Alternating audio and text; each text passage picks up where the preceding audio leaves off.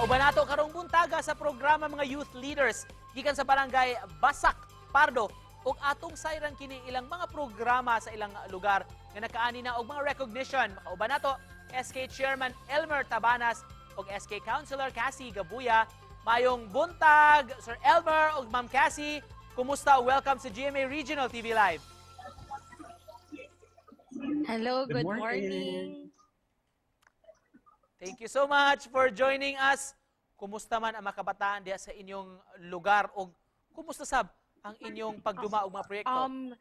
Sa among barangay, I'm very happy no because ang among mga kabataan kay super active kaayo sila. So kad atong RMK role model sa kabatan-onan season 1, after atong project, nakita gyud namo nga grabe kaaktibo ang mga youth. Yes, aside from our youth is very active, they are also very participative because when we have these activities nga amo ihatag nila i-offer kanang walay duha-duha nga participate sila sa among ihatag nga activities nya mo partner dayon aron as one we'll have a bayanihan spirit.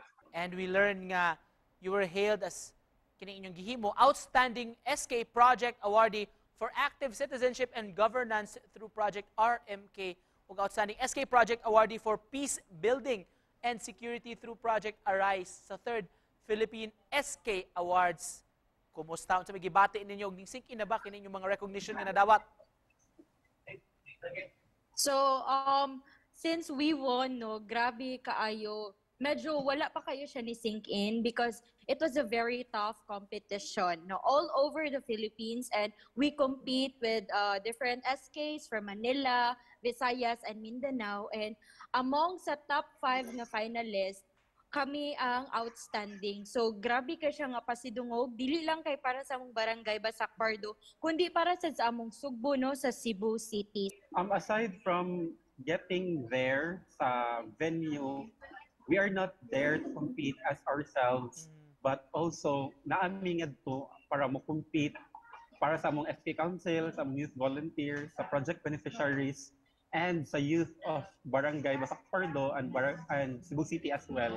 Congratulations. Can you share to us, Ma'am Casee, Sir Elmer, unsa man inyong nadawat nga mga awards karong bag-o? So very grateful kayo Mino sa among nadawat nga award, nga outstanding SK project. So we actually bid duha ka projects. Una is our RMK, which is under the Active Citizenship and Governance. So RMK, role model sa kabatan-onan, is all about in one sentence lang yun, it's a project that creates a lot of projects. So we have 4 phases sa RMK. First is educating the youth. So we share to them self-awareness, time stress management, how to manage a project, and even public speaking. That's for the first phase. And then the second phase, it's all about applying their knowledge through immersion. So ang mga kabatan-unan mo adto sa different sitio kay para get to know unsa may strengths and weaknesses sa ilang own sitio. And then they go to the third phase, which is creating.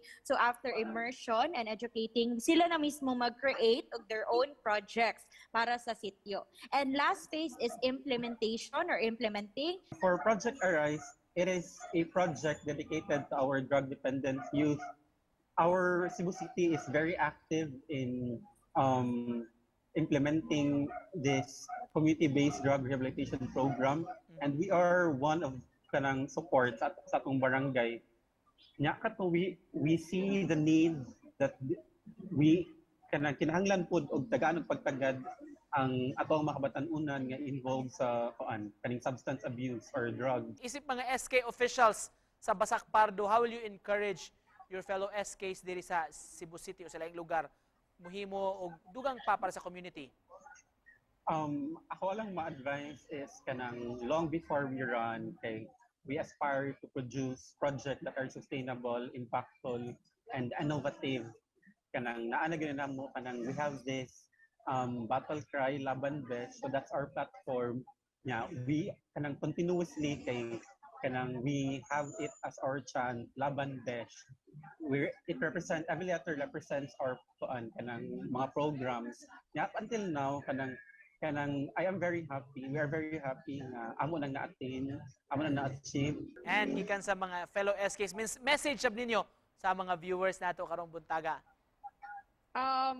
To all the viewers, hapit na gyud ang election. If you have the heart no to serve, ma-feel gyud na ninyo nga nagyud mo'y passion to serve. If you have that one, then align yourself, align your values sa inyong will to serve, and that always remember that to be aware of yourself is also to be aware of your own community. Alright, thank you so much for joining us this morning. Atong mga SK officials sa Basak Pardo, Ate Casey, ug si Kuya Elmer, daghang kayong salamat.